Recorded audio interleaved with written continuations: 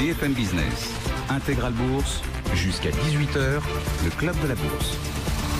3 invités avec nous jusqu'à 18h pour discuter de ces sujets au maximum pendant 1 heure. François Cabot est à nos côtés ce soir, économiste chez Barclays. François, bonsoir. Bonsoir Grégoire. Étienne de Marsac, à vos côtés, responsable de la gestion Absolute Return de Sunny AM. Étienne, bonsoir. Bonsoir Grégoire. Et Cyril Jeunesse, gérant locataire chez CPR Asset Management. Bonsoir Cyril. Bonsoir Grégoire. Fin de la correction ou pas Cyril? C'est un rebond technique significatif qui parle aux gérants aujourd'hui, plus 1,5%?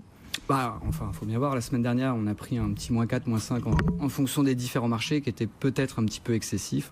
Après, il y a des gens qui attendaient cette correction depuis longtemps, mais je trouve que c'était un petit peu excessif. Aujourd'hui, on rebondit d'1,5, il va falloir voir demain. Alors, je sais que je réponds pas vraiment. Non, mais c'est très bien. Mais si, il y a déjà. Il va falloir voir demain si on se stabilise, parce qu'il faut bien voir que là, sur les dernières séances, on a toujours eu des progressions soit à la hausse, soit à la baisse, qui se sont inversées un peu en fin de séance. Ouais. Donc, faut déjà voir si ça se stabilise et qu'on reste sur ces niveaux-là. Après, il y a pas de raison pour que le rebond technique ne continue pas sur quelques jours, là sur les prochaines Alors journées. moi, ce qui m'intéresse, c'est pourquoi est-ce que vous jugez que la correction était un peu excessive? Parce que quand on perd aussi rapidement 5% sur tous les marchés, avec une recorrélation assez positive à la fois sur les taux, sur les actions, sur un peu tous les actifs sauf les mines d'or, pour une fois, on peut se dire qu'on n'est pas forcément dans une situation des plus normales. Ça veut dire quoi? Il y a eu des logiques de marché? Quelle analyse vous en faites? Il y a eu un déclencheur. Un déclencheur, c'était Powell au départ, qui a parlé avec un discours un peu au quiche, qui a fait partir les taux US. Et après, il y a eu une petite escalade en chaîne et une baisse assez marquée. Je pense qu'il y a beaucoup de gens qui voulaient prendre leurs bénéfices aussi. On a vu pas mal de CTA retourner leur position. Donc des fonds, des hedge funds, suiveurs de tendance, c'est ça, global macro. Exactement, c'est exactement ça. Qui, du coup, ont retourné et ça s'est plutôt stabilisé. C'est-à-dire qu'il n'y a pas eu d'emballement non plus, on s'est arrêté à ces 4,5. Donc ça, c'était déjà plutôt positif. C'est pour ça que nous, dans nos fonds, autant on avait des options de protection avant la semaine dernière, qu'on avait mis depuis longtemps, et qui sont revenus dans la monnaie. Alors, faut pas confondre sa chance et son mérite, mais bon, on les avait plutôt bien paramétrés. Et on les a coupés une partie jeudi et le reste hier. Vous avez plutôt réexposé les portefeuilles. On a enlevé les positions de couverture. Très clair. Bon, l'analyse de la phase de correction, Étienne, qu'est-ce que vous en dites? Écoutez, moi je pense que c'est une phase de volatilité qui va peut-être plutôt continuer. À ce titre-là, nous, on n'est pas vraiment surpris en fait qu'elle ait démarré cet été avec les pays émergents, puisque au-delà, elle avait déjà démarré par épisode en fin d'année dernière et au début de l'année. Donc rappelons-nous, fin de l'année dernière, c'est l'éclatement de la bulle des cryptocurrencies. Février 2018, c'est choc de volatilité. Le choc de volatilité, exactement. Donc les ELTN short VIX volent en éclats et c'est d'ailleurs assez remarquable puisque c'est 0,03% de la liquidité mondiale qui entraîne derrière une baisse de 10% du S&P 500. Donc pardonnez-moi du peu. Ensuite, donc crise des pays émergents, donc qui est à relier à la même logique, celle de la hausse des taux et peut-être celle de la hausse du dollar. Et enfin, cet épisode actuel, et c'est la raison pour laquelle nous on pense que c'est que le début d'une longue série dont les fréquences vont peut-être se rapprocher et dont l'amplitude pourrait, pourquoi pas, augmenter. En tout cas, dans cette année de transition qui est celle de 2018, qui est une transition entre 10 années extrêmement stables, où les marchés ont monté de manière continue, et puis peut-être quelques épisodes un petit peu plus compliqués qu'on verra l'année prochaine ou les années suivantes. Qu'est-ce qui a changé fondamentalement? Parce que c'est intéressant, on peut analyser épisode par épisode, mais là vous le remettez dans un contexte et vous datez depuis fin 2016, c'est ça? Le premier éclatement de bulle que vous citez, c'est l'éclatement de la bulle crypto. Oui, j'ai dit quoi? Oui, fin 2017. Qu'est-ce qui a fondamentalement changé et qui provoque donc ces secousses par intermittence, mais qui reviennent de plus en plus régulièrement? Alors, 2018, pour nous, c'est fondamentalement une année de rupture sur 3 sujets. Un sujet, premièrement, de politique monétaire, qui n'a plus rien à voir avec celle qui préexistait auparavant. Un deuxième sujet qui est macroéconomique sur fond d'une relance procyclique organisée par l'administration américaine à un moment clé où l'économie tourne déjà quasiment à plein régime. Et puis, un espèce de brouhaha, de chaos entre les banques centrales et on en parlera. Elles sont en désaccord sur des sujets absolument fondamentaux, qui sont le sujet du taux neutre, donc de R-star. On n'a jamais autant parlé de R-star dans les journaux ou sur les plateaux. Et alors, il y a un vrai sujet. Non, là, je vous avoue qu'on n'est pas allé jusqu'à. Non, mais le taux neutre, le taux qui ne provoque aucune friction dans l'économie, qui n'est ni accommodant ni un frein pour l'économie. Jusqu'où on va en termes de hausse de taux? Voilà. C'est la question que se posent toutes les banques centrales aujourd'hui. Exactement. Et donc, pour revenir plus directement à votre question, ce qui a radicalement changé, c'est on sort de 10 années d'expérience monétaire quantitative. Qui ont même démarré auparavant, c'est-à-dire qu'elles démarrent en 2002, d'un point de vue conceptuel, avec le discours de Bernanke sur hélicoptère monnaie. Donc ça fait 16 années qu'on était dans un environnement de banque centrale ultra accommodante, et ce discours un petit peu prophétique, qui décrivait d'ailleurs que devrait faire une banque centrale ou des banques centrales qui seraient exposé à la déflation pendant longtemps, et il mettait en exergue, arriver au lower band, c'est-à-dire qu'au niveau zéro de la courbe des taux, il faudrait probablement rentrer dans un épisode long ou court de taux négatifs ou acheter de la dette. Donc c'est le quantitative easing américain qui a été implémenté en 2009 et largement recopié ensuite par les Japonais, les Européens ou bien les Anglais par exemple. En 2018, qu'est-ce qui se passe? La BCE passe du quantitative easing au quantitative tightening et se met à ce jour à décroître la taille de son bilan. On retire la liquidité, on réduit le bilan. Exactement. Et donc on réduit le bilan de 300 milliards. 300 milliards. 300 milliards, qu'est-ce que c'est? En 10 mois, c'est 30 milliards par mois. Donc c'est l'équivalent d'un QE à l'envers.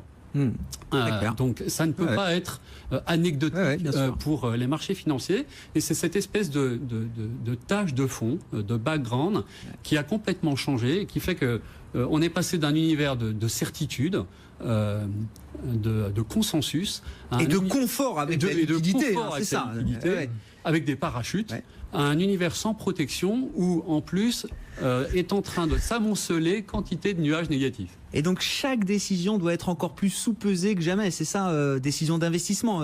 Exactement. Il y a plus de filet de sécurité d'une certaine manière. Moi, ce que je pense, c'est que c'est le grand retour de l'analyse de la valeur, de l'analyse macro, contre éventuellement les systèmes, les robots, l'intelligence artificielle qui ont drivé la hausse des marchés ces dernières années. Et c'est plutôt sympa pour un économiste, un stratégiste ou un action de pouvoir un petit peu remanier, réutiliser de l'intelligence humaine. J'aime beaucoup la manière dont vous présentez les choses. Enfin, je vais le simplifier à ma manière, mais c'est l'idée que la marée redescend. Voilà, c'est la mer qui se retire un petit peu après une marée montante qui a duré pendant plusieurs dizaines d'années. Et vous connaissez l'adage.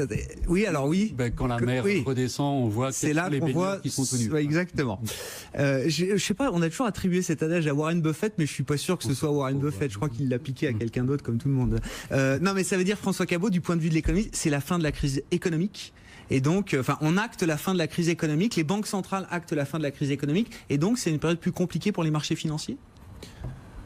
C'est délicat. Je pense qu'il y a des éléments à prendre dans les deux analyses. Je suis assez d'accord sur le fait que on l'attendait un petit peu et on a beaucoup de bonnes nouvelles depuis finalement les politiques monétaires accommodantes. Il faut quand même pas oublier qu'on a des conditions financières qui restent quand même largement également accommodante. Donc certes, le stance monétaire devient de plus en plus neutre. La Fed elle-même commence à aller dans cette direction-là. Donc on n'est pas encore à essayer de resserrer, mais il faut quand même pas oublier qu'on est encore sur les conditions financières et monétaires qui sont quand même largement accommodantes et qui soutiennent l'économie. En plus, effectivement, une politique budgétaire US qui est quand même largement en faveur de cet allongement du cycle, pas forcément de rendre encore plus positif, mais en tout cas l'allonger. Donc je trouve de ce côté-là, la macroéconomie se porte plutôt bien, effectivement. La grande question qu'il y a derrière, c'est effectivement comment est-ce qu'on règle la balance pour normaliser. Et là, effectivement, c'est à chaque banque centrale, chacun s'impose son problème. Et le grand problème qu'on a effectivement avec la Fed, c'est que c'est les premiers qui commencent. Donc on a eu le problème de l'opération Twist sur 2015 qui nous a déjà créé quelques frayeurs. On recommence aujourd'hui.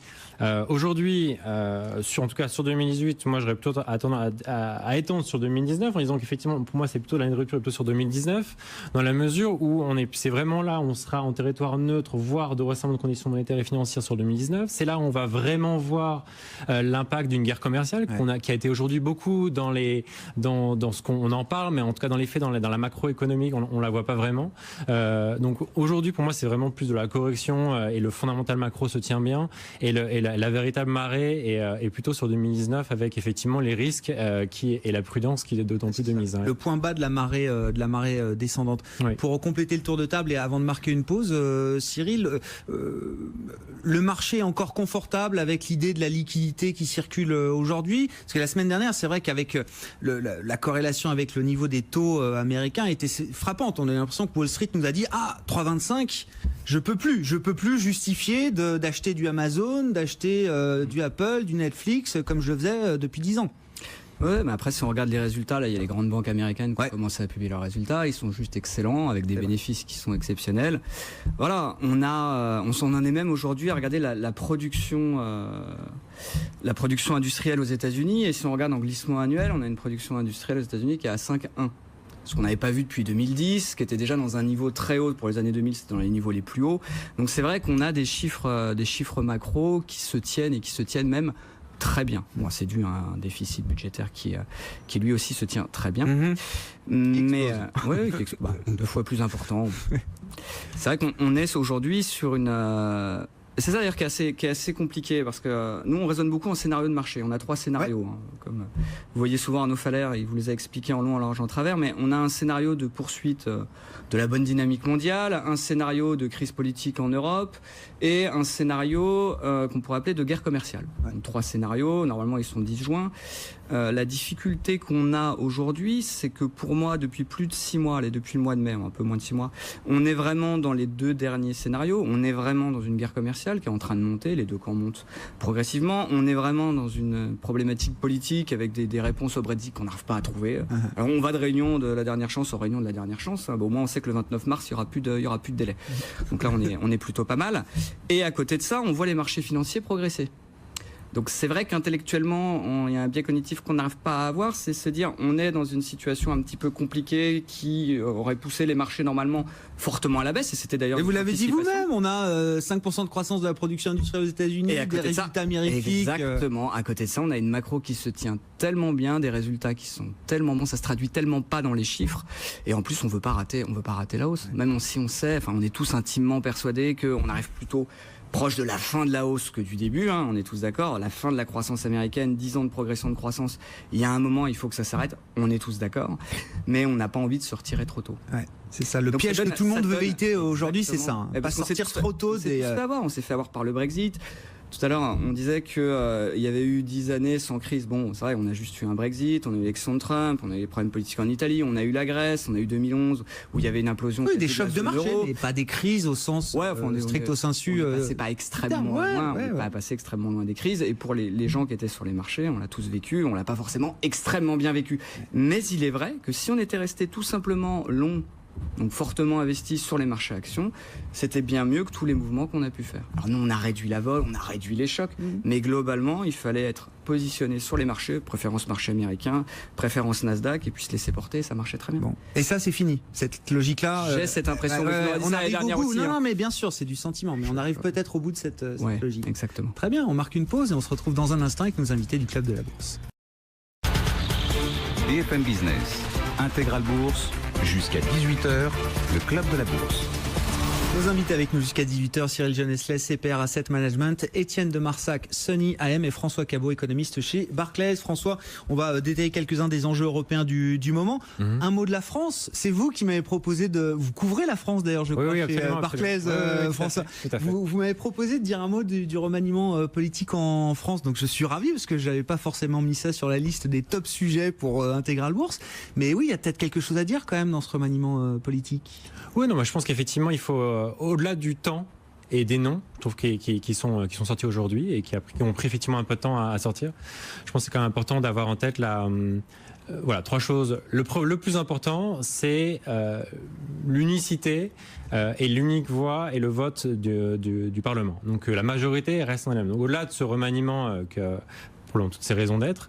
Je pense qu'il faut voir, c'est est-ce qu'ils sont toujours capables de passer des réformes, et qu'effectivement ce calendrier des réformes a été un peu bougé, mais pas tant que ça. Donc on reste là-dessus sur des efforts qui sont quand même assez notables sur les prochains mois, voire trimestres de 2018-2019 là-dessus.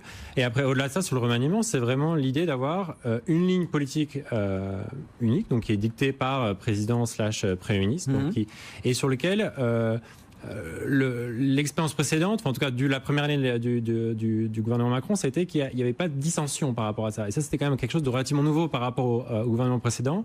Voilà, ce qu'il y a à attendre, effectivement, c'est de dire qu'on continue dans le discours, la pédagogie et effectivement une ligne politique qui reste une et qui reste du coup effectivement assez claire sur l'agenda de réforme qui est celui de tenue préélectoral d'ailleurs et qui est maintenu. Si les marchés s'intéressent au remaniement gouvernemental en France, est-ce qu'ils retiennent alors le temps effectivement et le bruit politique, ou plutôt le fait que, au-delà du ministère de l'Intérieur qui était le principal ministère à remplacer, le maire, Pénicaud, Blanquer, Buzyn sont toujours là au poste clé. Darmanin également. Et Darmanin au budget. C'est vraiment la continuité, et puis le fait que avoir dans les prochains mois, semaines, qu'effectivement la voix reste une, et dans tous les cas que la majorité reste solide et elle continue à voter les textes comme elle le fait avec la loi Pacte en ce moment et le budget qui arrive. Sur l'Italie, où est-ce qu'on en est, François? Donc le budget, ça est approuvé in extremis hier par le gouvernement italien, transmis à Bruxelles. Est-ce qu'il y a des éléments de détail là qui sont intéressants à noter dans le projet qui a été transmis à Bruxelles? Moi, je note que du point de vue du marché, le spread pour l'instant est assez stable, autour de 300 points de base. Il n'y a plus trop de mouvement depuis quelques jours sur la prime de risque que le marché accorde à l'Italie. Non, je crois qu'il n'y a pas grand-chose, effectivement. Tout a été plus ou moins filtré avec des rebondissements ces dernières semaines. Je pense qu'il y a deux choses. Il y a d'une part, effectivement, l'aspect contentieux et de confrontation que le gouvernement italien va avoir à régler avec la Commission européenne, première chose, qui n'est pas forcément le point le plus important, mais qui va quand même animer les news sur la chronique sur les prochaines semaines. Et puis après, plus sérieusement, les agences de notation, effectivement, sur S&P et Moody's qui doivent donner leur avis respectif. Pourquoi plus sérieusement? Enfin, je crois qu'on s'intéressait plus aux agences de notation. Je pense que on est quand même sur une dynamique à la fois d'incertitude politique et de trajectoire budgétaire qui est quand même assez délicate à gérer pour un pays qui a quand même plus de 130 points de PIB de dette, et qui effectivement deux choses. D'une part, cette trajectoire-là. Deux, l'incertitude politique, est-ce qu'elle va demeurer? Et trois, la question du rating. Est-ce qu'on peut aller ou pas sur sub-investment grade? Et donc, du coup, la question de... Donc, une note de moins bonne qualité. Exactement. Un cran inférieur des meilleurs élèves, on va dire. Le point important, c'est pas forcément le rating, en tout cas la baisse d'une note, en tout cas. D'un cran. D'un cran. Parce que ça, je pense, c'est plus ou moins pricé par les marchés aujourd'hui. L'idée, c'est plutôt, est-ce qu'on va être en negative outlook ou est-ce qu'on va être en negative watch? Et ça, c'est quand même vraiment avec important. La perspective qu'on puisse avoir un deuxième cran abaissé donc c'est soit on revoit avec un biais négatif de 6 à 24 mois, donc ça c'est le negative outlook, donc une nouvelle détérioration de la note, donc ça c'est negative outlook, soit negative watch, c'est dans les 3 mois qui suivent 50% de probabilité qu'on note effectivement, qu'on revoit à la baisse une nouvelle fois cette notation. Donc là, effectivement, la question de la sortie, notamment de côté indiciel de l'Italie, peut avoir de très gros impacts. Des effets de marché importants, potentiellement. On estime qu'il y a 150 milliards de BTP. Il y a beaucoup Cyril et puis Étienne. Il y a beaucoup d'effets s'ils sont dégradés en high yield, donc s'ils perdent 2 notes. Et déjà, toutes les banques italiennes qui ramenaient le BTP à la BCE, la dette italienne, ne pourront plus le faire. Donc, il faudra qu'elle trouve une autre contrepartie. Et après, normalement, la BCE, François, dis-moi si je me trompe, mais normalement, on n'a pas le droit d'acheter de la dette à yield. Non, en effet, en fait, elle applique... Étienne de Marsac. Non, mais c'est pas grave. En fait, les opérations dites d'open market, donc de marché finalement, de la BCE sont soumises à des critères de rating, et ces critères de rating donc éliminent de facto toutes les dettes si elles sont non-investment grade, donc à partir de WB+, dans l'ensemble des agences. Donc il y a en fait un léger filet de sécurité, il suffit qu'il y ait une agence parmi les 4 grandes connues qui note encore la dette italienne en investment grade pour que le QE européen puisse s'appliquer. Donc là, on est du coup dans une queue de distribution, enfin une probabilité qui est extrêmement faible. DBRS est toujours historiquement plus haut que... C'est l'agence que vous ne connaissez pas, mais celle généralement qui sauve un certain nombre de pays européens derrière. Exactement, elle a sauvé les Portugais. Voilà, c'est ça. Au tout démarrage. Ils sont canadiens, c'est ça, DBRS. Absolument. Et elle a sauvé les Portugais au démarrage du QE, par exemple, ce qui a fait que la dette portugaise était éligible au QE. Donc on va avoir des effets de seuil si jamais on passe sous investment grade, parce que les indices, de taux obligataires de dette sont construits à partir de critères de rating. Donc si c'est triple B moins, Outlook neg ou Watch neg, avec peut-être au moins une agence qui passe en double B+, attention, il y aura des effets. Il y aura des vendeurs forcés en fait, de manière absolument mécanique. Et là, le spread de 300 BP, il part. C'est le vrai problème immédiat, parce que je pensais pas qu'on allait avoir un débat technique comme ça sur les ratings et les agences de notation, mais effectivement, tous les gérants sur l'Italie mettent en avant ce point. C'est le vrai problème aujourd'hui. Enfin, c'est le vrai sujet immédiat là pour vous, le vrai risque de marché qu'il y a sur l'Italie, ou le fond du problème est ailleurs quand même, Étienne? Non, mais moi, il me semble que l'Italie aujourd'hui se met à la disposition en fait de la sanction des marchés, et ce sont eux finalement, et c'est d'ailleurs Salvini qui l'a dit, à 400 points de base, c'est notre seuil. Jusqu'à 400 points de base, on reculera jamais. Voilà, c'est notre seuil de souffrance. À partir de 400, écoutez, finalement, on reviendra éventuellement à de meilleures prédispositions.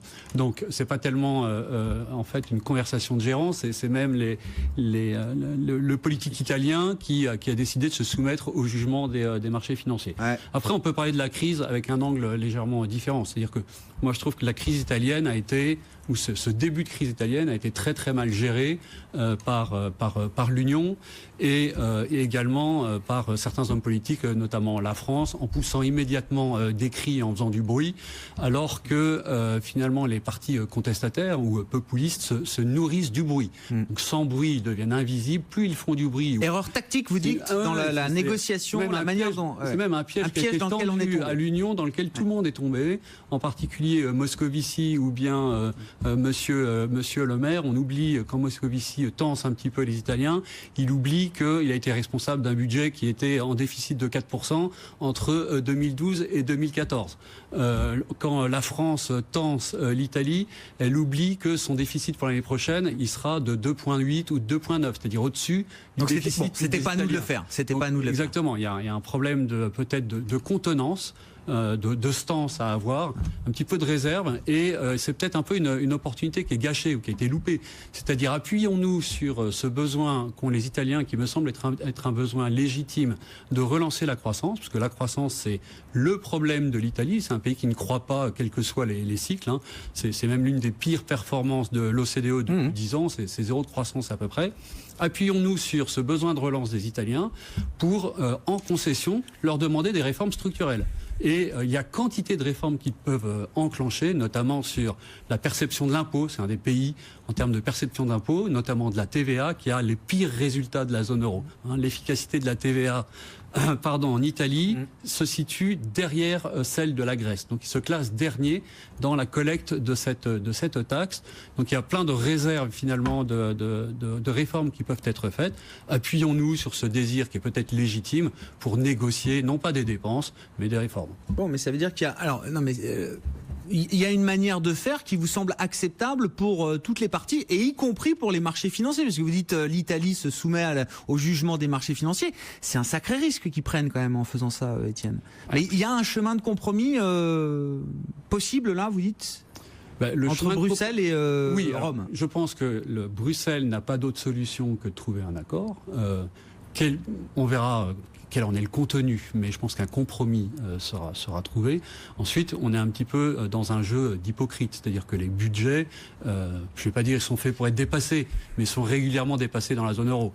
Là, il se trouve qu'on arrive à un moment un petit peu précis dans l'univers européen où on négocie le fiscal compact, c'est-à-dire un pacte fiscal qui va rentrer dans la loi européenne. Et c'est pas tellement le sujet du respect par les Italiens des critères de Maastricht, c'est plus tellement ça, c'est la loi européenne fiscale, l'harmonisation fiscale qui est en cours et qui va rentrer en vigueur, demande aux États de respecter un déficit structurel qui soit de 0,5%. Donc c'est pas tellement le déficit apparent. C'est pas 2,4 qui pose Voilà, problème. il faut regarder le 0,5. Et en réalité, les Italiens ont présenté 1,5 pour les 3 prochaines années. Et ça fait hurler un petit peu. Oui, tous les notamment Européens revenir sur l'âge de départ à la s'imposent des retraite, ou des efforts. choses comme ça. Voilà, exactement. Alors, et d'ailleurs, dans la prochaine loi, ce qui est intéressant, c'est que soit l'Union, au travers de la Commission, pourra interpeller la Cour européenne de justice, soit n'importe quel pays membre des 27 pourra interpeller la Cour européenne de justice si un pays ne met pas en place des efforts pour revenir à 0,5. Donc on comprend un petit peu le bruit ambiant et les réactions épidermiques des politiques en Europe. Bon, François Cyril, pour compléter sur l'Italie. Oui, j'ai des réactions quand même. Bien sûr, François Cabot, sur, Barclays. sur ce qui vient d'être dit. Tout à fait d'accord avec le positionnement qui est peut-être un peu initialement malvenu. Néanmoins, il n'y a aucun effort de réforme. Donc, je pense que ça, c'est très clair. Alors, peut-être que la réaction aurait été différente si on fait un budget un peu de relance, on fait effectivement un revenu universel d'activité, on bouge un peu les pensions, mais en même temps, il n'y a aucune réforme structurelle, un peu justement au contraire de ce qu'on peut faire ici en France, qui peut venir justement contrebalancer cette image de OK, on fait plus de déficit, mais en même temps, on fait les réformes qui sont en place, on met en place les réformes pour faire en sorte qu'on ait plus de croissance. C'est vraiment du déficit pour la croissance. Exactement, donc c'est vraiment un budget on va dire de demande pure, un peu comme on a fait en France depuis 30 ans, et qu'on voit qu'il ne mène nulle part. Absolument, mais donc faisons de la pédagogie, appuyons-nous sur ce budget. Je pense que cette pédagogie-là doit venir des Italiens. Je pense que c'est leur, et c'est d'ailleurs là qui est l'autre remarque, c'est que ce budget-là, c'est budget, on va dire, évidemment des Italiens, et la Commission européenne peut dire ce qu'elle veut. S'ils veulent le mettre en place, ils le mettront en place. Il y a pas c'est pour ça que je disais que ce discours de confrontation avec la Commission européenne, c'est pas le vrai enjeu, parce que s'ils veulent le mettre en place, ils le mettront en place. Et finalement, ils seront retoqués, mais ils pourront le faire voter quand même. Ils creusent le déficit et ils font plus de dettes. Dans un an, avec des déficits qui seront abyssaux, et là, pour le coup, la sanction de marché sera terrible. Parce qu'on n'aurait pas vu la dérive avec des points de passage, des points de compte. Absolument. On est bien sur des hypothèses assez basses. Ils prévoient. Non, mais sur le déficit à 2,4, en réalité. Oui, sur le déficit, elles sont basses, parce que sur la croissance, elles sont très élevées en revanche. Plus important. Parce qu'ils ont un peu surestimé la croissance qu'ils vont générer grâce à leur relance, entre guillemets, relance. Donc en réalité, on va être plutôt sur 2,6, 2,7 l'année prochaine. Et donc ça va pas forcément être super bien digéré. Et si on est plus proche admettons qu'on soit plus proche de la fin de la croissance et que l'année prochaine elle est encore plus difficile, on aura un déficit qui aura complètement explosé. Donc, on arrive vraiment à un moment assez complexe. Et après, les Européens ne sont pas opposés à toutes les réformes. Le revenu universel, ils ne sont pas forcément opposés, au contraire. Parce qu'ils trouvent que les Italiens n'ont pas forcément lutté contre la grande pauvreté. C'est le pays le plus en retard. Donc ils sont prêts à faire des concessions là-dessus. C'est un peu sur le reste que ça coince. On arrête là sur François, un mot un micro-mot, mais qui est du coup de l'ordre plus du politique, c'est qu'il faut quand même pas oublier, c'est que tout ça est le résultat d'une coalition politique qui n'a rien de stable, et qu'on fait tous ces scénarios sur effectivement en faisant l'hypothèse qu'ils vont rester là pendant encore 4 ans, en disant que peut-être effectivement à horizon printemps 2019, elle n'est pas aussi fragile. On change le. Elle est moins fragile que ce qu'on imagine. Oui, parce qu'en fait, il y a eu un gros coup de cœur politique entre Di Maio et Salvini, qui a jamais eu, par exemple, entre Salvini et Berlusconi. Et donc faut pas le sous-estimer, faut pas sous-estimer ça aussi. Ils ont une grande entente, une façon de voir les choses qui sont assez similaires.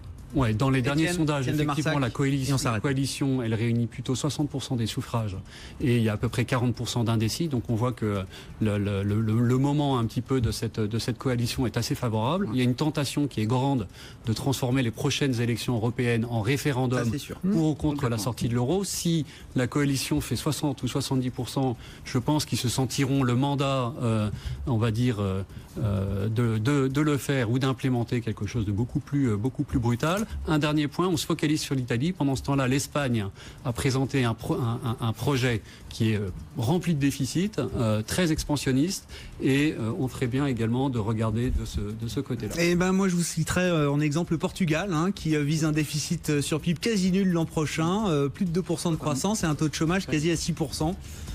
Et une dette qui va refluer de 3-4 points l'an prochain. Donc, chacun a choisi sa voie, mais il y a d'autres voies aussi qui permettent d'arriver à des résultats significatifs quand même. Les fans, c'est Podemos, PSO, ils n'ont pas forcément la majorité non plus pour le faire passer. Alors que l'Italie, là. On s'arrête là, messieurs. Clôture du marché définitive dans quelques instants à Paris. Clôture définitive à Paris avec un CAC 40 qui progresse d'1,5% ce soir, 5173 points. On a racheté à peu près tout, les stars comme les valeurs moins stars. Alors du côté des stars, on a racheté l'aéronautique, Safran, Airbus qui gagne 4% ce soir. Le secteur technologique également qui se reprend. On voit le Nasdaq qui est en train d'accélérer à New York et qui gagne plus de 1,5% désormais. À Paris, on voit Dassault Systèmes qui a gagné 4% en clôture, ST Micro qui reprend près de 3%. On a racheté un peu le luxe également quand même. Kering, plus 3% ce soir. Hermès gagne également près de 2,5%. Et puis des secteurs moins stars, très décotés, avec le secteur automobile par exemple, qui arrive à plutôt bien s'en sortir aujourd'hui. On voit Valeo qui gagne près de 3%. Et puis on notera la construction qui était bien orientée ce matin, notamment à l'ouverture. À Bouygues d'ailleurs, Bouygues qui termine bien assez fort avec une hausse de plus de 3% ce soir. On notera à l'inverse la mauvaise séance de Carrefour qui trébuche de plus de 2% à la veille de la publication de sa croissance trimestrielle. Ce sera demain soir pour le groupe Carrefour qui publiera donc ses ventes du 3e trimestre. Voilà pour la clôture définitive en Europe. Belle séance de reprise technique, plus 1,5% pour le CAC, 5173 points. BFM Business, Intégral Bourse, on refait la séance. Nos invités autour de la table et Jean-Luc Hussac qui nous accompagne pour commenter cette reprise technique. Jean-Louis, chez Perceval Finance Conseil, on se parlait déjà tout à l'heure, rebond technique qui ne laisse rien présager de la suite sur les marchés, de la suite immédiate, j'entends. Oui, qui ne fait que confirmer ce que j'observais précédemment, c'est-à-dire un marché qui n'envoie pas de signaux forts de danger. Bizarrement d'ailleurs, parce que la vol est montée jeudi dernier. Alors c'est vrai, elle est montée à 20, mais c'est pas quand même ce qu'on avait connu en janvier-février. On en était loin. Elle a fait une petite pointe à 20 et là elle est revenue immédiatement derrière à 17, 15 et aujourd'hui à 14,7. Et ces mouvements étaient sans grande contrepartie. Donc souvent on avançait, on reculait surtout sans rencontrer de résistance, de zone d'achat forte. Il n'y avait pas grand monde en face. Et même les ventes n'étaient pas très puissantes. Et là aujourd'hui c'est très évidemment impressionnant parce que on ne fait que revenir sur le plus haut de jeudi et de vendredi, enfin de lundi, mardi là, de toute la zone des 4 jours en fait. Donc c'est pas non plus un signal de reprise extraordinaire du tout.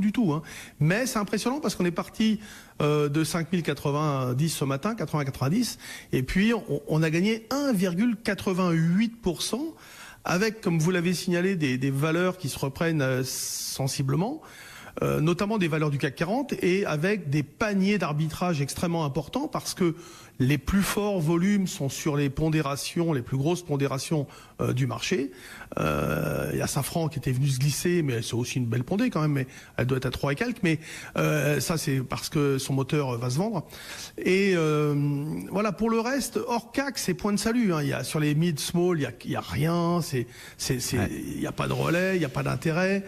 Donc pour l'instant, le signal est quand même positif avec ces reprises, mais il ne faut pas trop se bercer d'illusions. Je pense que déjà 5250 constituerait un niveau de résistance pas facile à franchir. Et je verrais plutôt un marché évoluer donc entre 5250 points hauts et 4970 points bas. On peut rebaisser dans les mêmes conditions, avec cette impression bizarre toujours de ne pas être en situation de danger fort, avec toujours une volatilité implicite qui serait plutôt en dessous de 20, donc qui ne représenterait pas un stress non plus très important. Faut pas trop exagérer de ce côté-là. Merci beaucoup Jean-Luc. Jean-Luc Hussac qui était avec nous pour nous accompagner au cours de cette séance chez Perceval Finance Conseil. Un mot encore peut-être du marché. Cyril Geneslet chez CPR Asset Management. Bon, reprise technique aujourd'hui. Il y a aussi ce phénomène de rotation. Et puis quand même des segments entiers ou des marchés par zone géographique qui restent plombés. On parlait des small caps. Enfin, c'est des écarts quand même qui ne cessent de se creuser encore aujourd'hui, je crois. Il n'y a pas d'argent qui revient sur les petites valeurs aujourd'hui. Non, les marchés émergents, j'ai eu l'impression que l'Asie ce matin, bon, c'est peut-être un peu moins rouge que les jours précédents, mais c'est quand même pas ça non plus.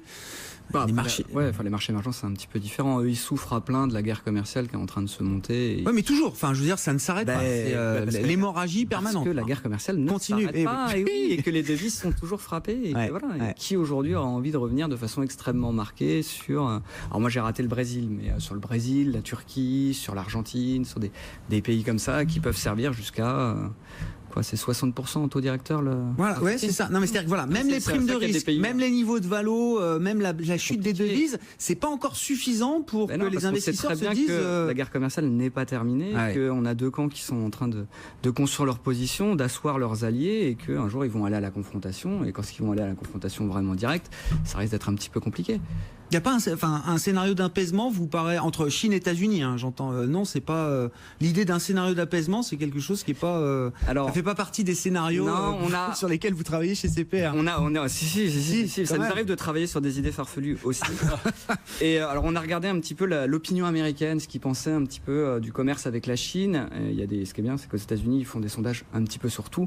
Et en regardant la probabilité, le pourcentage de personnes qui considéraient que les règles de libre-échange ou d'échange avec la Chine étaient fair ou unfair, donc étaient bien ou pas bien, pour reprendre les mots à la Trump, on est plutôt de l'ordre de 60%, tout camp confondu, qu'ils soient démocrates ou républicains, qui considèrent que c'est unfair. Donc il y a quand même assez peu de chances pour que, une fois les midterms passés, même si Trump qui perd le Sénat ou qui perd la Chambre des représentants, il peut garder la main sur le commerce, oui. Il y a peu de chances que les États-Unis changent leur fusil d'épaule et changent de braquet. Et ils n'ont pas forcément tort non plus. C'est vrai que la Chine a tordu un petit peu les règles du commerce mondial depuis des années, et que là aujourd'hui elle a publié son livre blanc. Alors j'aime beaucoup le titre, c'est un livre blanc sur les faits et la position de la Chine sur les frictions commerciales Chine et États-Unis, où elle nous explique quand même qu'elle est fermement résolue, parce que c'est important d'être fermement résolue, à protéger les droits et les intérêts légitimes des entreprises étrangères. Elle est fermement résolue à protéger les droits de propriété intellectuelle. Oui, c'est quoi un peu d'accord. C'est parfaitement crédible. C'est parfaitement crédible. Donc, bon, mais ça veut dire quand même, du point de vue du marché, c'est une situation qui est loin d'être réglée et qui peut provoquer encore des dégâts. Exactement. Aujourd'hui, il est prématuré de retourner sur les pays émergents, à part certains pays en particulier pour des problématiques purement politiques qui peuvent connaître certains rebonds. Mais aller vers l'Asie et aller vers tout ce qui est autour de la Chine, aujourd'hui, c'est compliqué. On a vu le moral des investisseurs allemands, le ZOO, qui s'effondrait, alors notamment sur ces considérations de guerre commerciale. Ils sont exposés évidemment ou au cycle chinois, ou même plus directement avec l'automobile allemande. Un mot des marchés, si on reprend un peu les thématiques de marché, Étienne. Simplement pour compléter ce qui a été dit, il me semble que la guerre commerciale, ça devient progressivement un sujet de deuxième plan. Ça passe à l'arrière-plan finalement des premières considérations de marché. On voit bien que Trump n'est pas toujours dans la confrontation stérile et parvient à signer des accords avec quelques-unes de ses contreparties. Ouais. Le Canada en est vraiment l'illustration. On a craint jusqu'à la veille de l'accord qu'on irait au clash. Finalement, mais sauf que la Chine, c'est autre chose. Il a réussi à signer avec le Canada, mais le Canada, c'est du solide, c'est sérieux. C'est pas le Mexique, je suis d'accord. Sur la même étude dont on parlait tout à l'heure, Canada, il considère à 60% que c'est faire. Je suis assez d'accord. Non, mais c'est juste pour tempérer peut-être les propos qui ont été peut-être un petit peu exagérément négatifs depuis le début de l'émission. Il y a des sources non pas de réjouissance, mais d'optimisme qu'on peut avoir. On n'est pas à l'abri d'une surprise positive, d'une amélioration, voilà, des conditions ou des relations entre la Chine et les États-Unis, même si je pense que ça reste un conflit qui va virer quelque part à un conflit un petit peu du type guerre froide économique et qui est parti pour durer. Il y a une vraie volonté de la part de Trump de reshape l'état des relations avec la Chine. Je pense qu'avec le Japon, on va bientôt rentrer dans des négociations qui trouveront peut-être une issue favorable. Encore une fois, on parlait vraiment des émergents et de la Chine. C'est vraiment US-Chine où il y a un vrai... Oui, mais moi je parlais du Mexique et une vraie opposition. De NAFTA. Et donc, là, ils ont trouvé. Bon, la Chine, ça semble être quand même la mère de toutes les batailles pour Donald Trump sur ce plan commercial. François, avant qu'on prenne la direction de New York, est-ce que, au regard de ce qui a déjà été mis en place en termes de réduction du libre-échange, de barrières douanières, est-ce qu'on a déjà le plein impact, alors à travers des chiffres chinois ou par effet de répercussion à travers d'autres indicateurs qu'on peut suivre économiques? Non, je crois pas. Je crois qu'on a fait le scénario effectivement dans lequel ils vont jusqu'au bout de cette escalade jusqu'à donc taxer toutes les l'ensemble des importations chinoises, et on tient sur 0,2 en moins sur le PIB US et 0,4 en moins sur le PIB chinois. Donc effectivement, on a quelque chose de plutôt modéré. Maintenant, deux choses à dire là-dessus. Un, c'est qu'on parle d'une Chine qui effectivement face aux États-Unis sur la guerre commerciale, mais en même temps fait face à des faiblesses structurelles. Donc là, la semaine dernière, baisse de 100 points de base du taux de réserve obligatoire. Donc on voit effectivement quand même, il cherche à relancer le crédit et on cherche à trouver un équilibre. Donc on voit quand même effectivement une Chine qui est de plus en plus en délicatesse sur son cycle conjoncturel, mais aussi avec des faiblesses structurelles. Où effectivement, ce livre blanc, on peut voir ce qu'il y a l'annonce initiale, mais il y a aussi l'activité économique où on n'est pas vraiment sur du 6%, mais peut-être plus sur du 4% de rythme de croissance. Donc, et effectivement, à ce titre-là, qu'est-ce qu'on nous dit et qu'est-ce qu'on voit effectivement en termes dans les échanges.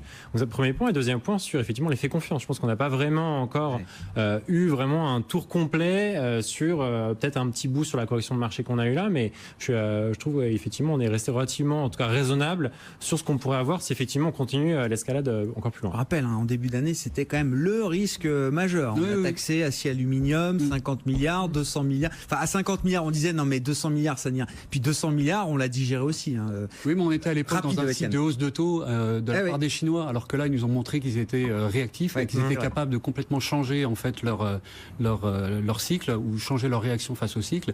Et ces baisses de taux qu'ils ont apportées, ces injections de liquidités, c'est un point d'ancrage pour la confiance mondiale et en tout cas des inquiétudes qui se dissipent. Et le gouverneur de la Banque centrale de Chine, à l'occasion des réunions annuelles FMI Banque mondiale, disait que ça n'était pas terminé. De ce point de vue-là, qu'il y avait encore des marges de manœuvre pour baisser les ratios et les taux directeurs en Chine. Aujourd'hui, avec bien sûr la question du yuan qui redevient une question sensible du point de vue américain, notamment. Justement, direction New York pour suivre l'évolution de la séance. Ça se passe très bien pour l'instant à Wall Street. Où que vous soyez et à tout moment, restez connecté à l'économie. Téléchargez l'application BFM Business, l'application de l'info économique et financière.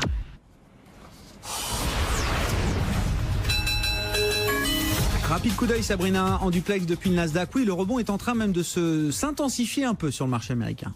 Ouais, effectivement, Grégoire, on est sur les plus hauts niveaux de la séance, à la mi-séance sur ces marchés américains, puis avec un Dow Jones qui grimpe de 350 points. On est à 25 593 points. Le S&P 500 affiche une hausse d'1,4%. Le Nasdaq plus 1,8%. La hausse s'accélère donc dans une séance marquée essentiellement par les résultats d'entreprise. C'est ce qui porte véritablement les indices aujourd'hui avec des annonces qui sont dans l'ensemble supérieures aux attentes, des publications supérieures aux attentes. C'est le cas de Morgan Stanley, des résultats solides grâce à la banque d'investissement. Le titre en profite largement aujourd'hui avec une progression de plus de 3% plus de 4% même pour Morgan Stanley. Goldman Sachs également fait mieux que prévu. Là aussi, grâce à la banque d'investissement, Goldman Sachs prend 1,3%. La Johnson & Johnson, parmi les plus fortes hausses sur l'indice Dow Jones, après des chiffres supérieurs aux attentes, le titre prend 2%. Même Walmart qui a lancé un petit avertissement sur ses résultats, mais c'est dans le sillage de l'acquisition, sa plus grosse acquisition, la plus grosse acquisition de son histoire de Flipkart en mai dernier. Le titre Walmart est en hausse également. Et puis on aura ce soir Netflix qui grimpe de 1% en attendant ces chiffres ce soir après la clôture, avec donc une statistique également, la production industrielle qui est ressortie au-dessus des attentes. Voilà donc pour cette séance, à la mi-séance, on est sur les plus hauts. Le Dow Jones à 25 593 points, Grégoire. Merci Sabrina, bonne fin de séance à vous à New York. Nous marque une dernière pause et on retrouve nos invités du Club de la Bourse dans un instant.